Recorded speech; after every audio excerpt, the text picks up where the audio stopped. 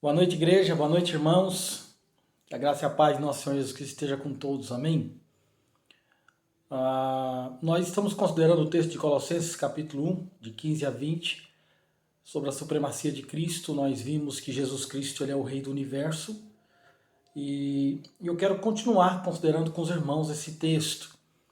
E considerando, nós vamos lendo também, para que os irmãos fiquem por dentro do que nós estamos falando.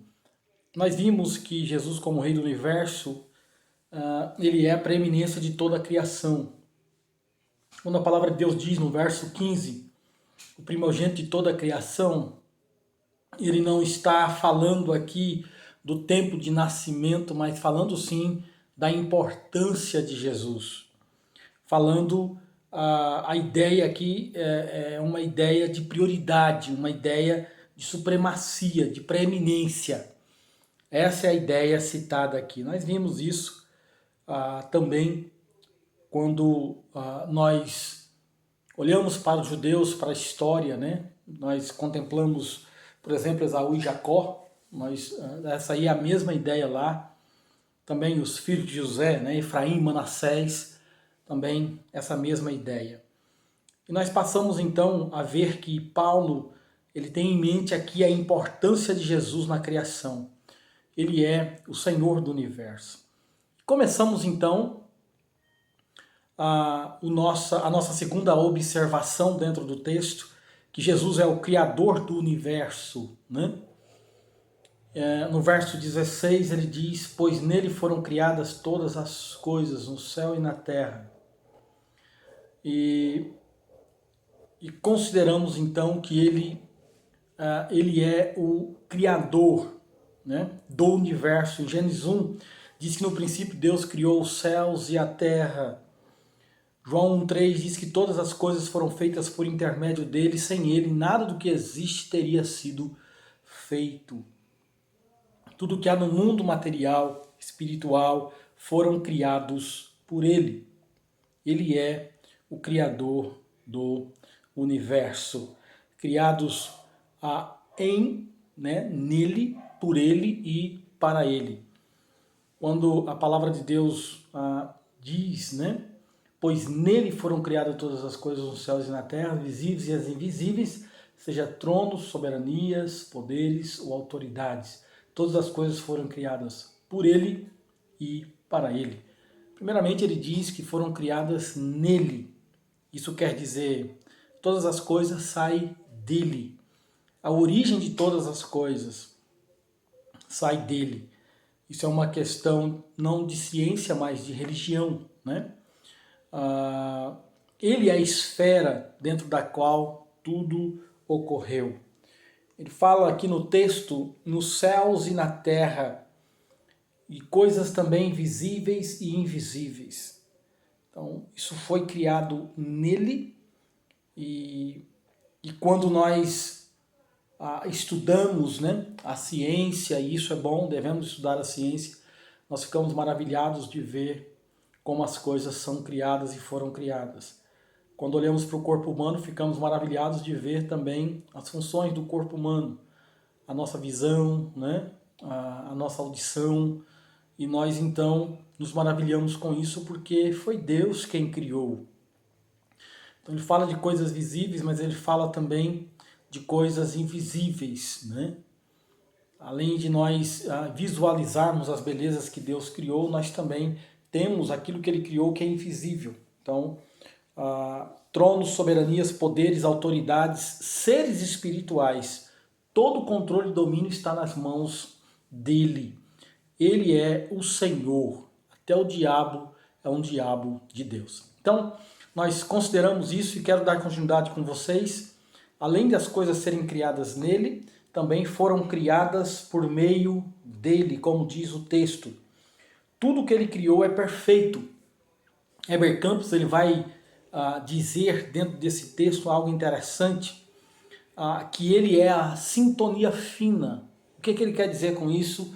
Que Jesus ele é a sintonia fina. O que ele quer dizer é, não sei se vocês podem se lembrar, mas os rádios, conforme o lugar que você está, você precisa ter um cuidado imenso para você sintonizar a rádio. Então existe aquele momento ali que você está controlando o botão, e se você tirar 1 milímetro para frente ou 1 milímetro para trás, sai fora do ar ou fica chiando. É exatamente essa ideia de que Jesus ele é essa sintonia fina. As coisas foram criadas de maneira perfeita por meio dele. Então as coisas criadas e essas coisas funcionam perfeitamente. Também nós percebemos o texto dizendo que além de serem criadas nele, por ele, foram criadas também para ele, né? Então o texto, todas as coisas foram criadas por ele e para ele, no final do verso 16. Todas as coisas criadas para ele. O que é que o texto quer dizer com isso? Ele é o propósito da nossa existência. Ele criou tudo para a glória dele. Todas as coisas se dobram diante dele. Tudo que somos e temos é para a glória dele. Tudo aponta para ele. Por isso que todas as coisas foram criadas para ele. Pensando um pouco agora sobre isso que nós estamos falando, vamos trazer para os nossos dias alguns comportamentos que nós temos visto no nosso meio. E eu queria então trazer para que os irmãos pudessem pensar juntamente comigo em relação àquilo que Deus tem dado às pessoas. Vamos, por exemplo, falar de filhos, né? Os nossos filhos é Deus quem dá. E Deus deu os nossos filhos e eles não são nossos, é para Ele. E nós devemos criá-los para Ele.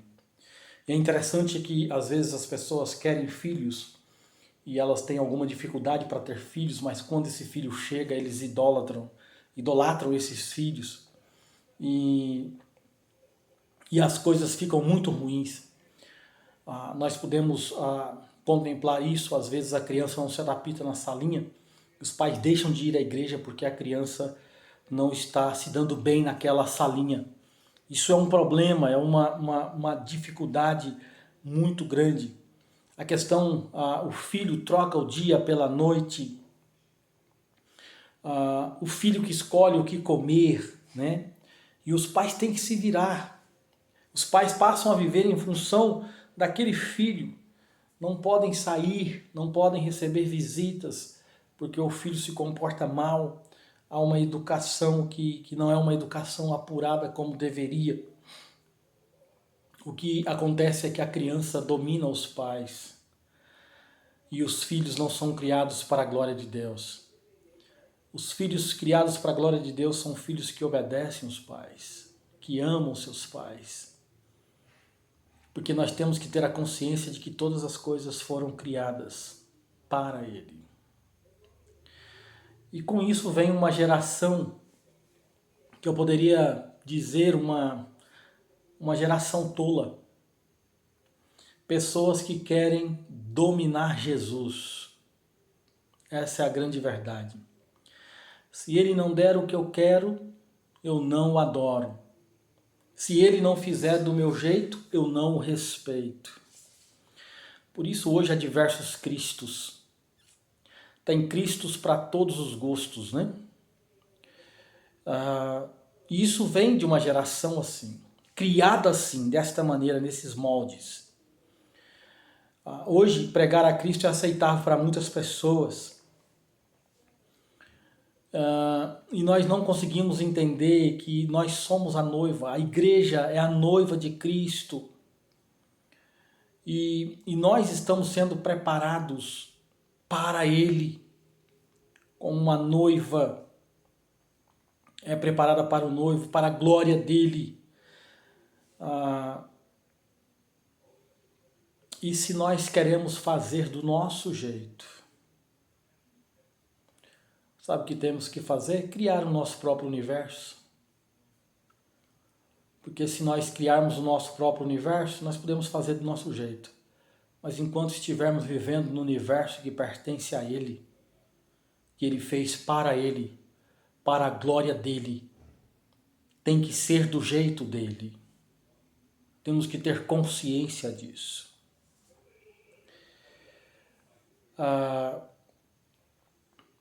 E que assim seja feita a vontade do nosso Deus. Jesus Cristo, Ele é o Rei do Universo, Ele é a preeminência de todas as coisas. E nós também, além de Ele ser a preeminência de todas as coisas, Jesus é o Criador do Universo. Mas também, Jesus, Ele é o sustentador do Universo. Quero que vocês acompanhem comigo no verso 17, que Ele diz: Ele é antes de todas as coisas e nele tudo subsiste. Tudo subsiste nele. Ele é o sustentador do universo. Ele que sustenta todas as coisas. Ele mantém o que criou. Ele é o cuidador. Ele é a providência de todas as coisas. Tudo se amarra nele. Nós, como estudantes de teologia, falamos muito de pregações cristocêntricas, e isso é muito bom, não é? Mas a realidade é que o universo é cristocêntrico. Não só pregações, o universo é cristocêntrico. Cada estação do ano, a órbita, tudo acontecendo em ordem, não há atraso, não há falha, porque Cristo é a coesão de todas as coisas. Todas as coisas. Ele é o sustentador do universo. Tenhamos cuidado, irmãos, em buscar proteção nas coisas criadas, em se apoiar nas coisas criadas. Os colossenses estavam começando a procurar alegria e proteção nessas coisas. Por isso que Paulo os escreve desta maneira, exaltando a pessoa de Cristo, colocando Cristo onde Ele deve estar, porque Ele é o Deus Criador do universo. Pessoas que buscam alegria no dinheiro. John Piper, ele vai dizer o seguinte, ele disse: o uso que você faz com o dinheiro pode trazer ou levar sua felicidade para sempre. Porque se você apoiar nessas coisas, sua felicidade será levada para sempre. Jesus Cristo, Ele é o sustentador do universo. Pessoas que se apoiam também na sua profissão. Pessoas que dão a vida para ter uma boa profissão, visando ter aquilo que o mundo almeja, bens materiais. Nós temos um curso no seminário, que são cursos para pessoas jovens que vão ingressar na faculdade. E o que temos ouvido não são coisas boas. De pais defendendo os filhos, que os filhos lutaram para conseguir aquele curso e agora não pode perder tempo, porque precisa, porque é um sonho, porque foi algo almejado. Mas não se preocupa com a alma do filho. Se preocupa mais com aquilo que ele vai conquistar por causa da sua profissão. Se apoiando em coisas criadas, em coisas materiais. Jesus Cristo, Ele é o sustentador do universo. Essas coisas eram para ser de uso exclusivo para a glória de Deus, que nos dá a devida proteção, a devida alegria. Não procure, irmãos, alegria e proteção em coisas criadas, em coisas erradas. Tome cuidado com isso. Todas as coisas nos devem levar a Ele. Ele é antes de todas as coisas e nele tudo subsiste. É Ele que sustenta todas as coisas. Nele vivemos e nos movemos e existimos, é o que diz a palavra de Deus em Atos 17, 28. Ainda em Atos 17 diz: Ele mesmo é quem dá a todos a vida, a respiração e tudo mais. Nós nos movemos, nós existimos, nós somos sustentados nele. É Ele quem faz isso conosco. É Ele quem nos mantém. Jesus é o sustentador do universo.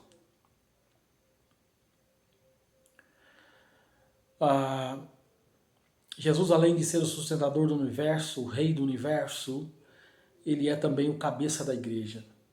Ele é o cabeça do corpo, que é a igreja. É o princípio primogênito dentre os mortos, para que em tudo tenha a supremacia.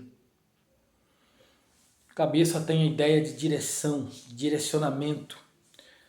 Também a ideia de onde vem o crescimento.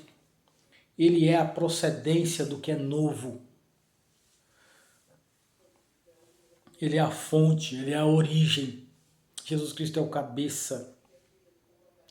Nós só temos vida em Cristo. Estávamos mortos e Ele nos deu vida. Ele controla, governa a igreja. A cabeça que governa o corpo. Isso é uma grande verdade, nós não podemos negar. E Jesus Cristo é a cabeça da igreja. Diz que Ele é o cabeça do corpo, que é a igreja, é o princípio. A igreja é a ideia de sua mente. Ele é o poder criador, a igreja é o plano do seu coração. E também da sua vontade. Obra do seu penoso trabalho. Resultado do seu amor. Objeto do seu cuidado. É a igreja. Primogênito aqui, mais uma vez, a ideia de importância. Diz que ele é o princípio primogênito dentre os mortos. Outros ressuscitaram antes e morreram, mas ele é o primogênito dentre os mortos, como diz em 1 Coríntios capítulo 15. Mas ele venceu, na verdade, a morte. Ele matou a morte. Essa é a ideia. Para que em tudo tenha a supremacia. Em João 11, versículo 25, ele dizendo: eu sou a ressurreição e a vida. Ele é o Senhor dos senhores. Deus lhe deu um nome que está acima de todo nome. Filipenses capítulo 2. Ele é o Alfa, o Ômega. Todas as coisas estão debaixo dos seus pés. Todas as coisas estão sujeitas a Ele. Ele é o princípio, o primogênito dentre os mortos, para que em tudo tenha a supremacia. Verso 19, pois foi do agrado de Deus que nele habitasse toda a plenitude. Os irmãos colossenses estavam tentando buscar redenção em outras coisas e Paulo diz, não precisa buscar a redenção em outras coisas. Paulo está dizendo para eles, toda a divindade está ali em Jesus, toda a plenitude em Jesus. Tudo que Deus habita em Jesus. Essa é a verdade. Tudo que Deus habita em Jesus. Todos os atributos de Deus estão em Cristo. Então os judeus, eles tinham a ideia do que poderia ser isso. Lembra do templo? Eles viajavam para ir e adorar no templo, porque ali a ideia da presença de Deus no templo, Jesus substituiu o templo. A divindade habita plenamente nele agora. Plenamente nele. Foi do agrado de Deus que nele habitasse toda a plenitude. Toda a divindade habita em Jesus. E no verso 20, porque por meio dele reconciliasse consigo todas as coisas. Paulo está dizendo que não existe nenhuma parte do universo fora do escopo da obra reconciliadora de Cristo. Cristo tem a primazia sobre a criação e sobre a redenção. Ele reconciliou consigo todas as coisas. Quando nós pensamos em reconciliação, nós temos a tendência de pensar que essa reconciliação é somente de pessoas, de homens e mulheres, seres humanos. Mas a palavra de Deus diz que ele reconciliou consigo todas as coisas. Todas as coisas.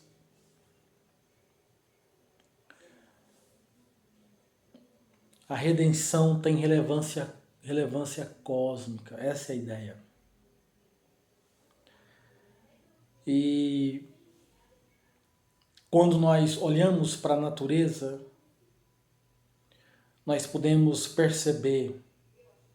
Gênesis 3,17 diz que a terra será maldita. Romanos 8,20 diz que a natureza foi submetida à inutilidade. No verso 21, ele diz que ela será libertada da escravidão e da decadência. No 22, ela geme, triste e sofre.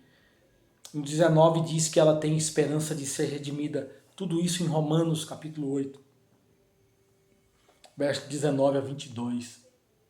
A natureza será redimida, porque ele reconciliou consigo todas as coisas.